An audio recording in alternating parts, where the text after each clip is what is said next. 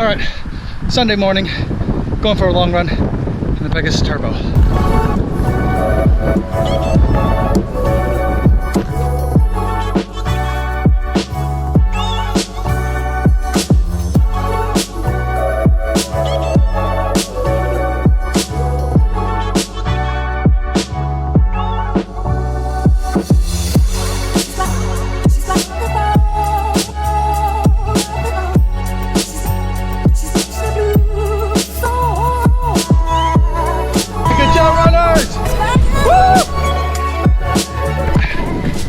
5 marathons today. Good luck to the runners.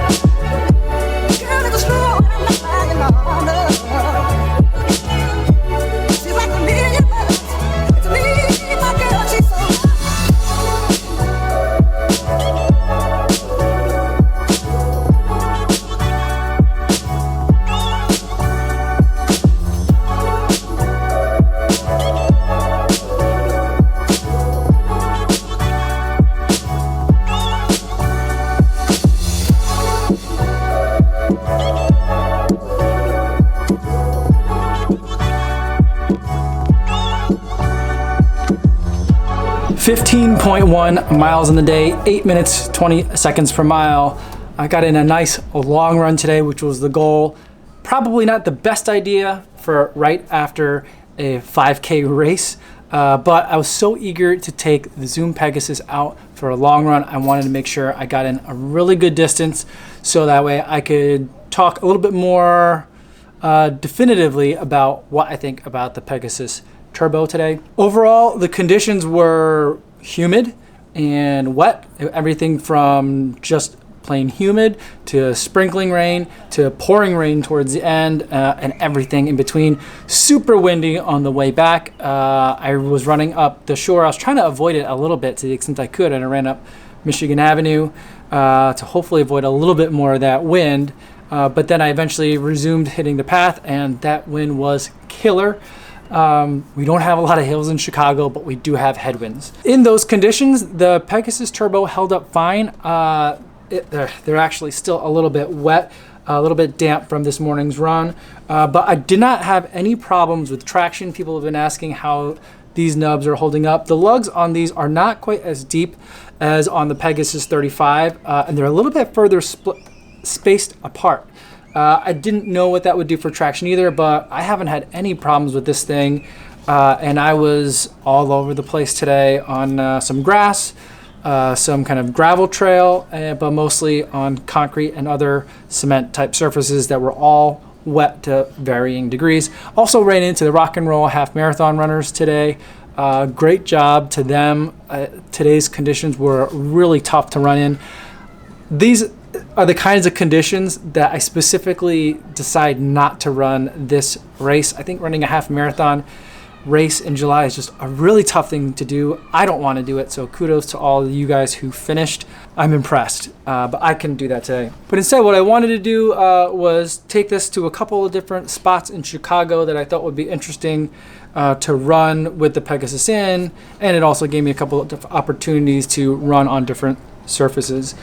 Around mile 8 or 9, my right foot started to get a little bit hot right underneath the ball of my foot, and it was reminding me a little bit of the Epic React. The Epic Reacts tend to do that a lot for me, but it's on my left foot for whatever reason. I think it has to do with my stride, plus the way my stride kind of interacts with the React foam. I'm not a huge fan of React foam. I just don't think it holds up over really long distances. So it's not a material that I particularly like. The ZoomX in this shoe held up really well. I was worried that I was starting to get a little bit of deja vu, but that was only momentary, and in the amount of time it took me to kind of analyze and think about what was happening to my foot, it kind of went away. I didn't have any other problems until about like mile 14 and a half, the way tail end of my run.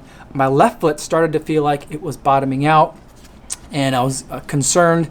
I mean, any shoe that can go 14 and a half miles, making you feel great, I think that is a great shoe, but I was hoping for something a little bit more out of this. I have really high expectations. And so when it started to feel like it's bottoming out, I was a little bit concerned. That maybe lasted for about a quarter mile. And then at that point, I was running along some of the the rocks on the lakefront. And I think because of that, I changed up my cadence. My stride shortened just a little bit. I think it's maybe the repetitive motion just on my foot that was causing that. So maybe it was bottoming out, maybe it wasn't. I'm not sure. I'm definitely exhausted right now. This was my 5th 50-mile week in a row, 263 miles over the last 5 weeks. That is a ton of mileage for me. I usually average right around 40 to 43 miles per week. So I've been definitely trying to ramp up the mileage, and it's starting to take its toll. I'm feeling it. But having a shoe like this, I think, is really helpful.